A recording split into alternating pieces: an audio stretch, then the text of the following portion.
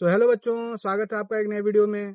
इस वीडियो में आज हम लोग डिस्कस करेंगे आपकी एनसीईआरटी मैथ क्लास 10 का एक्सरसाइज 1.2 चैप्टर 1। तो चलिए बिना किसी देरी के शुरुआत करते हैं। सबसे पहले आपके 1.2 चैप्टर का पहला क्वेश्चन ले लेते हैं।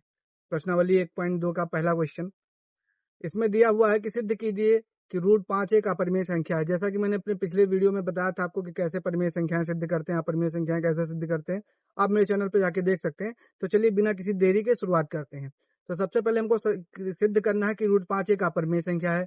मैंने आपको बताया था कि इस प्रकार के प्रश्न में हम हल करते वक्त क्या ध्यान देते हैं, हम लगाते हैं विरोधाभास वाली टेक्निक। सबसे पहले जो दिया रहता है उसे मान लेते हैं कि ये परिमेय संख्या है। उसके बाद में फिर ये प्रूफ कर देते हैं कि नहीं, हमने जो माना ये गलत हो गया, इसलिए अपरिमेय संख्या है। तो चलिए शुरुआत करते हैं। तो हम सबसे पहले इसके सॉल्यूशन लिखते हैं। यहाँ पे सॉल्यूशन जब लिखेंगे तो लिखेंगे माना √5 एक परिमेय संख्या है। परिमेय संख्या है, हमने इसको सबसे पहले मान लिया कि एक परिमेय संख्या है। उसके बाद फिर अगले स्टेप में क्या करेंगे, अगले स्टेप में हम करेंगे कि √5 को a/b लिख देंगे, क्योंकि परिमेय संख्याओं को p/q के फॉर्म में लिखा जा सकता है। और जहां a व b सह अभाज्य संख्याएं हैं, सह अभाज्य संख्याएं हैं। ठीक, अब सहअभाज्य संख्याएं का मतलब क्या होता है कि इनमें एक के अतिरिक्त और कोई उभयनिष्ठ गुणनखंड नहीं है। ठीक, तो यहाँ पे अपन खोपचा बना देते हैं। खोपचे में लिख देते हैं कि a व b का एक के अतिरिक्त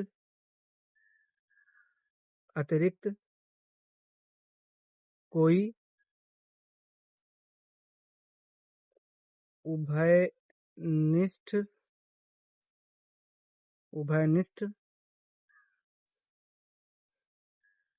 गुणनखंड नहीं है।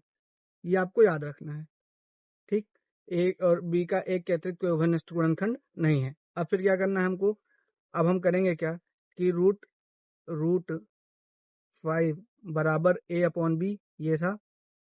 अब इसके अपॉन में 1 कर दो और वज्र गुणन कर दो, इसका गुणा इधर और इसका गुणा इधर। तो जब इसका गुणा करेंगे तो आगे बढ़ते हैं, फिर देखते हैं क्या होगा। जब इसका गुणा करेंगे तो ये हो जाएगा √5b इक्वल्स टू, ये हो जाएगा √a। ठीक, यहां तक हो गया। अब इसके बाद हमको करना क्या है, इस समीकरण का वर्ग कर दो। ठीक, तो हम क्या करेंगे, दोनों पक्षों का वर्ग करने पर, अब जब दोनों पक्षों का वर्ग कर देंगे तो ये हो जाएगा √5b का स्क्वायर बराबर a का स्क्वायर।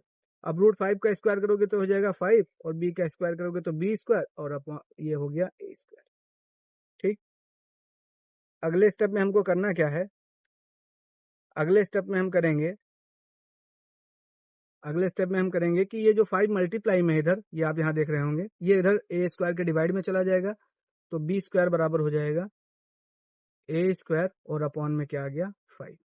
ठीक, अब यहाँ पे b स्क्वायर बराबर हो गया a स्क्वायर अपॉन में 5। अब याद करो प्रमेय 1.2, इसमें लिखा गया था कि यदि कोई संख्या p है वो a स्क्वायर को विभाजित करती है तो वो a को विभाजित करेगी। तो वही यहाँ पे भी है, यहाँ भी लिखेंगे, यहाँ प्रमेय 1.2 से यदि 5 b स्क्वायर को विभाजित, ये b स्क्वायर नहीं a स्क्वायर है, a स्क्वायर को विभाजित करता है तो a को भी विभाजित करेगा।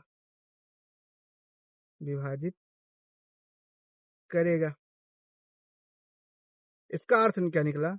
इसका अर्थ ये निकला, इसका जब अर्थ की बात करेंगे, इसका अर्थ है कि ए का एक अभाज्य गुणनखंड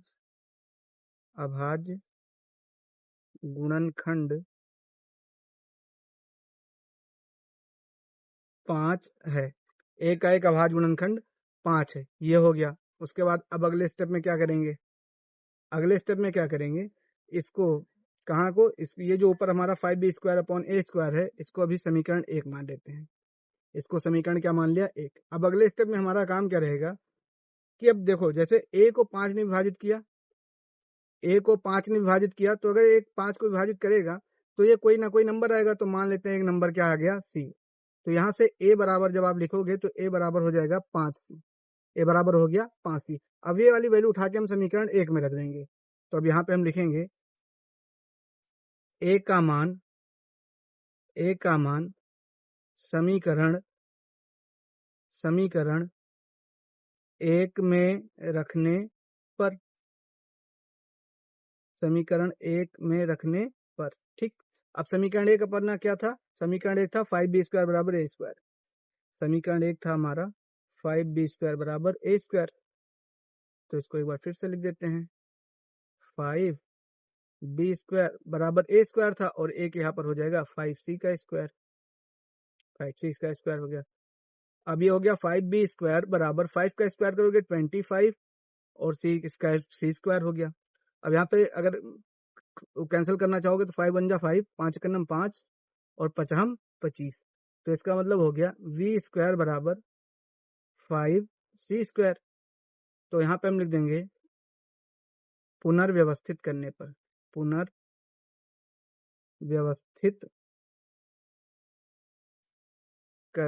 मतलब इसको जब रीअरेंज करेंगे हम लोग तो हो जाएगा 5c² बराबर b²।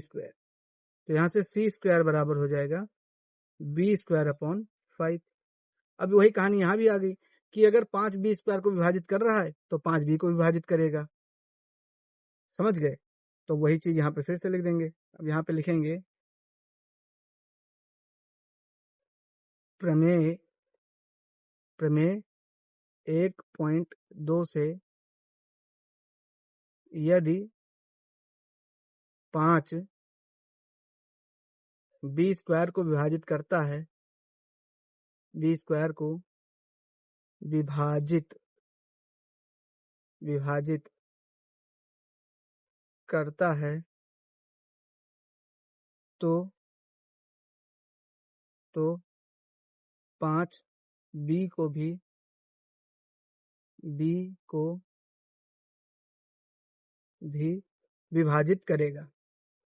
विभाजित करेगा। ठीक है।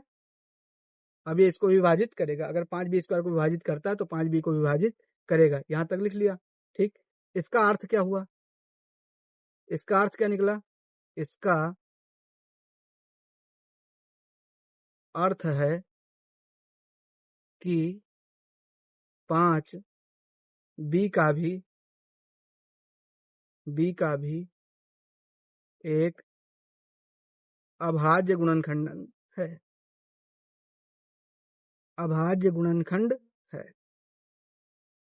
ठीक है। 5b का भी अभाज्य गुणनखंड है। अब जैसा मैंने पहले बताया था कि हमने माना था कि a और b का एक के अलावा कोई गुणनखंड कॉमन नहीं है, लेकिन अभी ऊपर देखा कि a का 5 भी है और b का 5 भी है, मतलब इन दोनों का कॉमन आ गया। इसका मतलब जो हमने माना था उस कथन का विरोधाभास हो रहा है। ठीक। तो यहाँ पे हम फिर क्या लिखेंगे स्टेटमेंट कि यहाँ अतः a व b का एक उभयनिष्ठ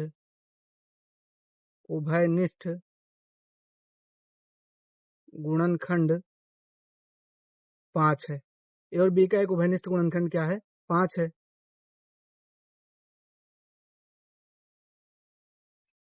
यह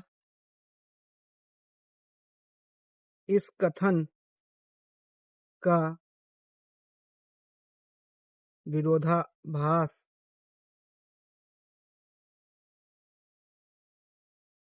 करता है कि ए व बी का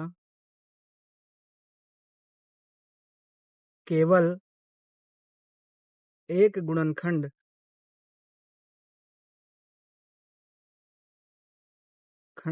है।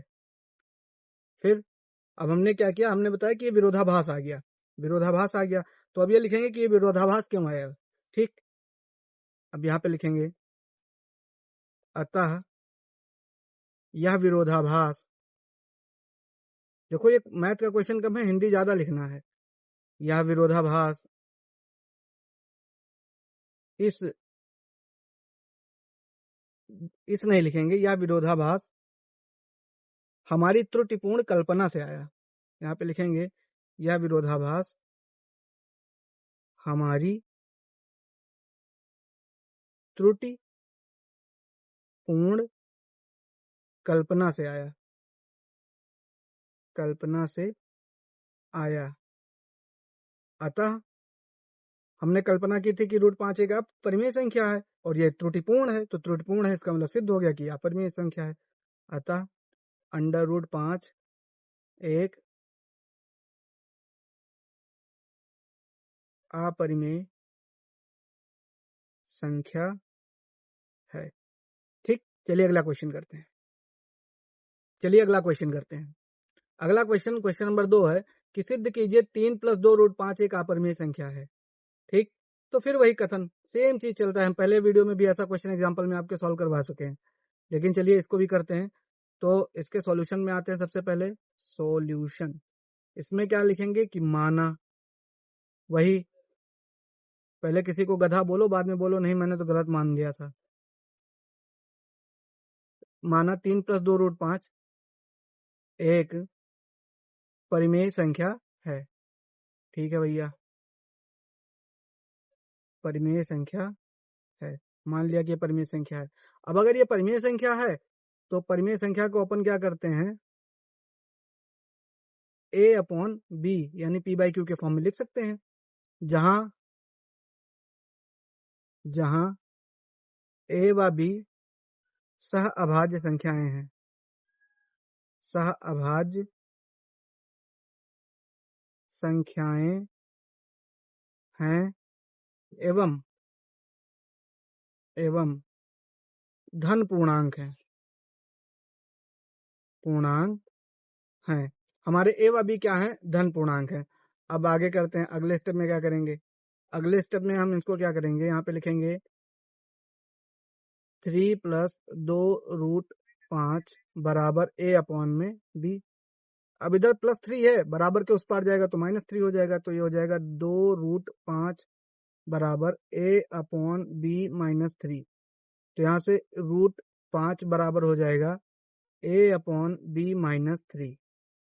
ठीक, अब आपने यहाँ पे नोटिस किया होगा कि √5 में जो इधर 2 मल्टीप्लाई में था, ये इधर आके डिवाइड में हो जाएगा कुछ इस प्रकार से। ठीक, तो √5 बराबर हो जाएगा A/2B -3/2। ठीक, A/2B -3/2। अब यहाँ पे हुआ क्या, यहाँ A B 3 2 सारी क्या सी संख्याएं हैं, परिमेय संख्या। तो यहाँ पे हम लिखेंगे दाएं पक्ष में A, B, 2 व 3 सभी धन पूर्णांक हैं। अतः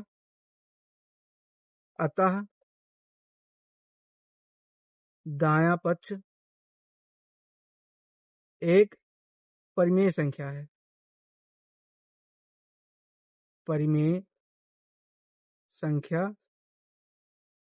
ठीक, इसका मतलब ये हो गया कि √5 बराबर ये जो दायां साइड है ये हमारा क्या बन गया, परिमेय संख्या। ये हमारा बन गया परिमेय संख्या। अब अगर ये हमारा परिमेय संख्या है तो √5 तो एक अपरिमेय संख्या है और अपरिमेय परिमेय संख्या के बराबर नहीं हो सकती। अतः हमने फिर से क्या कर ली, त्रुटिपूर्ण कल्पना कर ली। तो यहाँ पे हम लिख देंगे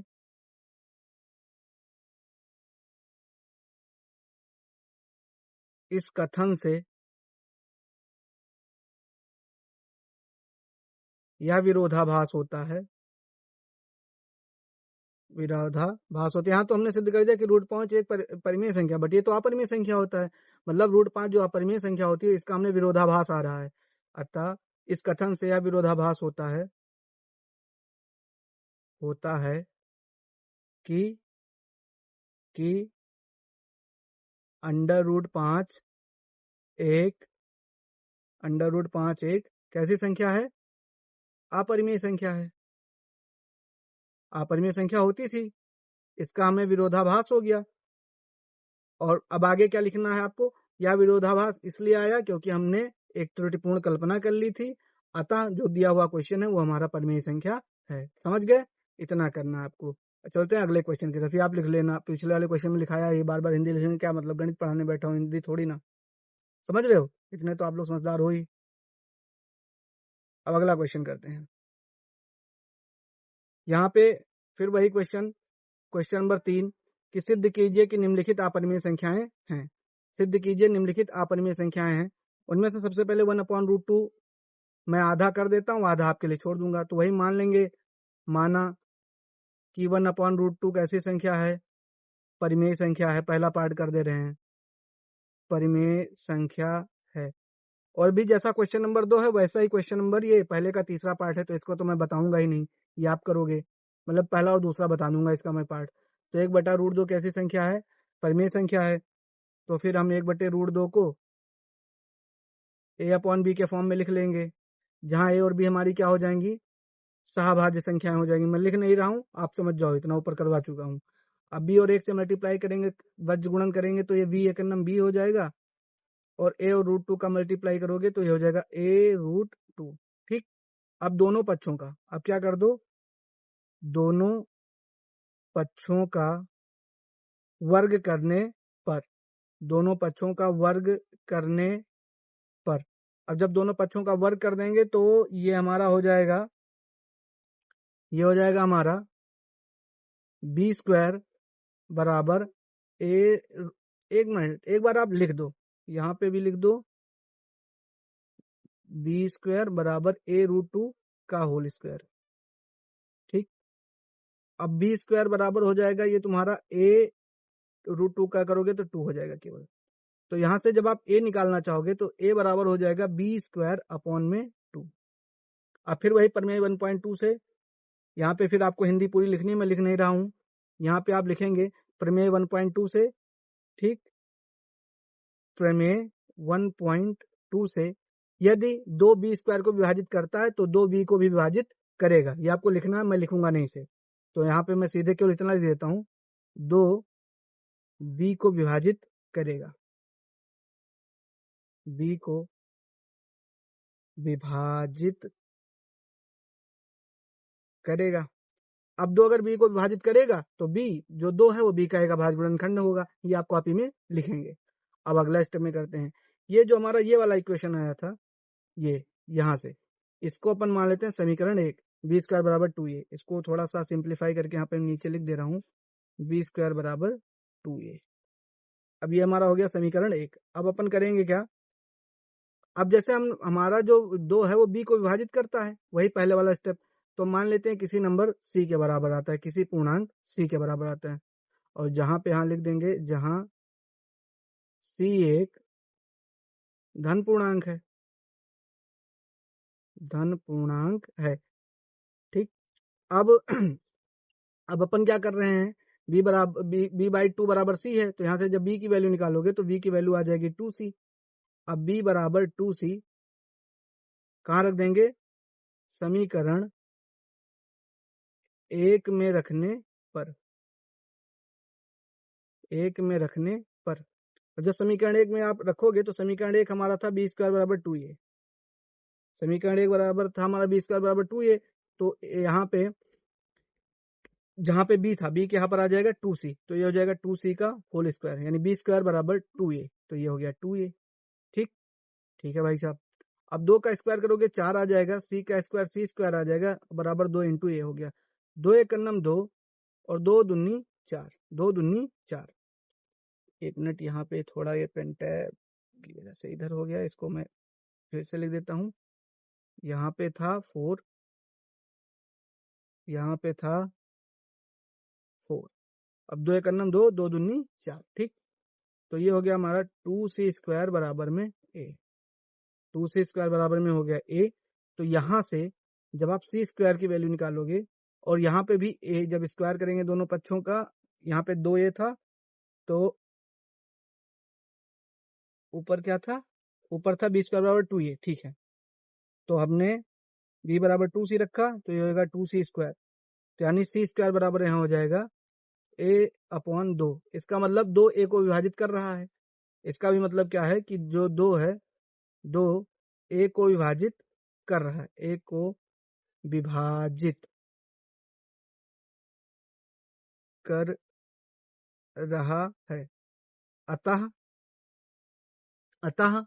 2 a का एक अभाज्य गुणनखंड होगा। अब हमने तो माना था a और b का कोई अभाज्य गुणनखंड नहीं है, लेकिन हमने सिद्ध किया a और b का एक अभाज्य गुणनखंड क्या है, 2। अतः क्या लिखेंगे, हमने इस कथन का विरोधाभास होता है जो ऊपर लिखा है कि a और b के एक के अतिरिक्त कोई गुणनखंड नहीं है, और यह विरोधाभास इस गलत हमारी त्रुटिपूर्ण कल्पना की वजह से आई है। और हमने त्रुटिपूर्ण कल्पना क्या थी, 1/√2 अपरिमेय संख्या है, अतः 1/√2 एक परिमेय संख्या है। ये आपको लिखना रहेगा, मैं नहीं लिखूंगा ये, ठीक है। अब चलते हैं इसके क्वेश्चन के सेकंड पार्ट में। इस क्वेश्चन के सेकंड पार्ट में जहाँ पे 7√5 को सिद्ध करना है। आगे आप लिखो। इसका सेकंड पार्ट है 7√5, ठीक। इसे सिद्ध करना है अपरिमेय। तो उल्टा मान लेंगे कि माना 7√5 एक परिमेय संख्या है, एक परिमेय संख्या है। अब क्या हो जाएगा, अगले स्टेप में क्या हो जाएगा कि 7√5 बराबर लिखेंगे बटा a बटा b। फिर वही जहां a व b धन पूर्णांक हैं, जहां a व b धन पूर्णांक हैं, ठीक। अब अगले स्टेप में क्या हो जाएगा, अगले स्टेप में हो जाएगा √5 equal to a upon 7b, ठीक। इधर 7 मल्टीप्लाई में था, इधर क्या हो गया, डिवाइड में। अब a अपॉन 7b जो है, a अपॉन 7b एक परिमेय संख्या है, क्योंकि a और b सारे धन पूर्णांक हैं। परिमेय संख्या है, मतलब √5 जो है ये इधर क्या बन गया, परिमेय, और ये त्रुटिपूर्ण है, ठीक। ये गलत कल्पना है, तो ऐसा मैंने ऊपर करवा ही रखा था। तो यहाँ पे फिर वही जो ऊपर टेक्स्ट लिखा था क्वेश्चन नंबर सेकंड में, वही वाला टेक्स्ट उठा के यहाँ पे लिख देंगे। यहाँ पे लिखेंगे कि इस कथन का विरोधाभास होता है कि √5 एक अपरिमेय संख्या है। अतः क्या लिखेंगे, इस कथन का विरोधाभास होता है कि √5 एक अपरिमेय संख्या है, अतः ऊपर वाला 7√5 एक अपरिमेय संख्या है, ठीक है। इसी के साथ आपका ये एक्सरसाइज खत्म हुआ। अगले, और ये पूरा चैप्टर ही खत्म हो गया। अगले वीडियो में हम लोग चैप्टर 2 की थ्योरी डिस्कस करेंगे। तब तक के लिए आप हमारे चैनल पे बने रहिए, अपने दोस्तों के साथ शेयर कीजिए, सपोर्ट कीजिए, लाइक कीजिए, सब्सक्राइब कीजिए हमारे चैनल को। Thank you.